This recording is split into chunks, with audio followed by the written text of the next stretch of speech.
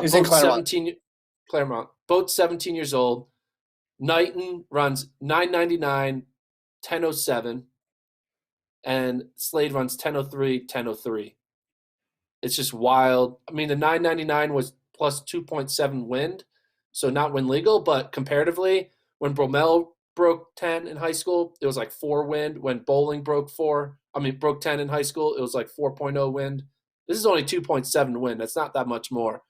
Uh, he clearly is running like what the professionals are running, and this is showing me he can make a U.S. final and potentially finish top 6 and then be on that Olympic 4x1.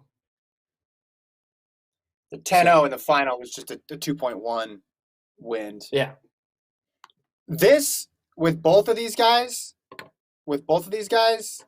I think it's a really good sign for the 200 because I think that's where the spot is available this year because that's the way that event works out. And Slade obviously has run fast 200s. That 2020 was wind legal, number 4 in U.S. history. Knighton we've seen run a really good 200. I think there's going to be more opportunity, even though it's going to be slim, is going to be in the 200. What I think is interesting here, Gordon, as we have more runners go pro in high school, like is the case with Knighton, and just in general train more professionally, train more with a few meets in mind as opposed to high school meets, schedule like a pro. I wonder if that means that the adjustment to going to something like the trials is going to be not as dramatic because they're not trying to put a round peg in a square hole of a season. He's probably training with the idea of my peak is the Olympic trials.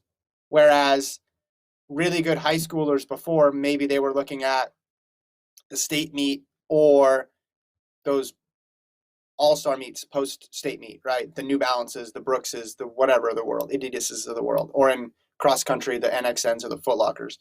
But now that that's shifted and a lot of these top runners are opting out of a traditional high school season, I wonder if we'll see not as big of a,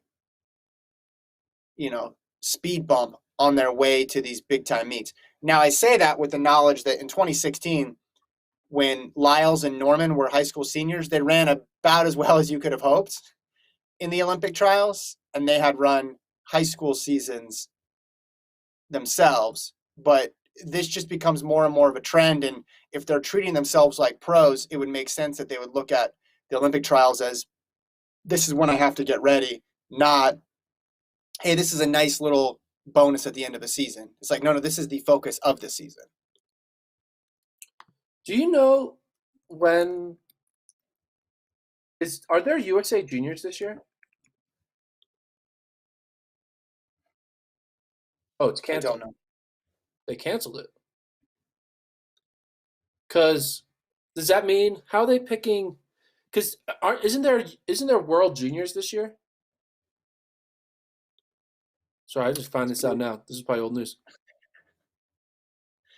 Oh, so it looks like okay. Never mind. I didn't mean to do. So with no USA Juniors, that's gonna be another like thing that these guys can kind of back up plan. So if the Olympic Yeah. trials don't go as planned, they still have that opportunity to get some international experience later on in the summer as well. So Mm-hmm. it's like kind of there's that double dip where they can train for the trials, and if that doesn't work, they have that fallback where like they can still go back into the high school junior mode and get their feet wet with competing against people their age as opposed to people 5-10 years older than them.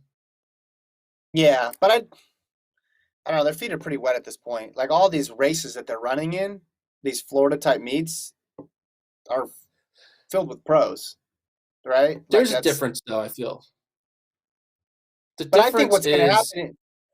there's no expectations, there's no pressure, there's no hype around it. Like people don't even know this meet is happening until after the fact for the most part. They're like, oh, this meet happened in Florida and they ran fast. There's such a different mentality when all of a sudden you realize, oh, this is it. This is the race. This is the one that matters.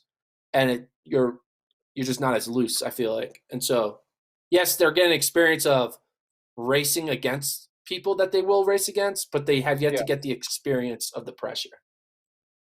Well, the pressure I think will come at the trials, not just in the with every round. It's going to come, right. There's going to be pressure in the first round of the 100, the first round of the 200. It's not just something where they are only going to feel it if they get to the final. And then I think someone like Knighton is going to get invited to Diamond Leagues, especially, he's sponsored, right? Especially if he makes a final of the U.S.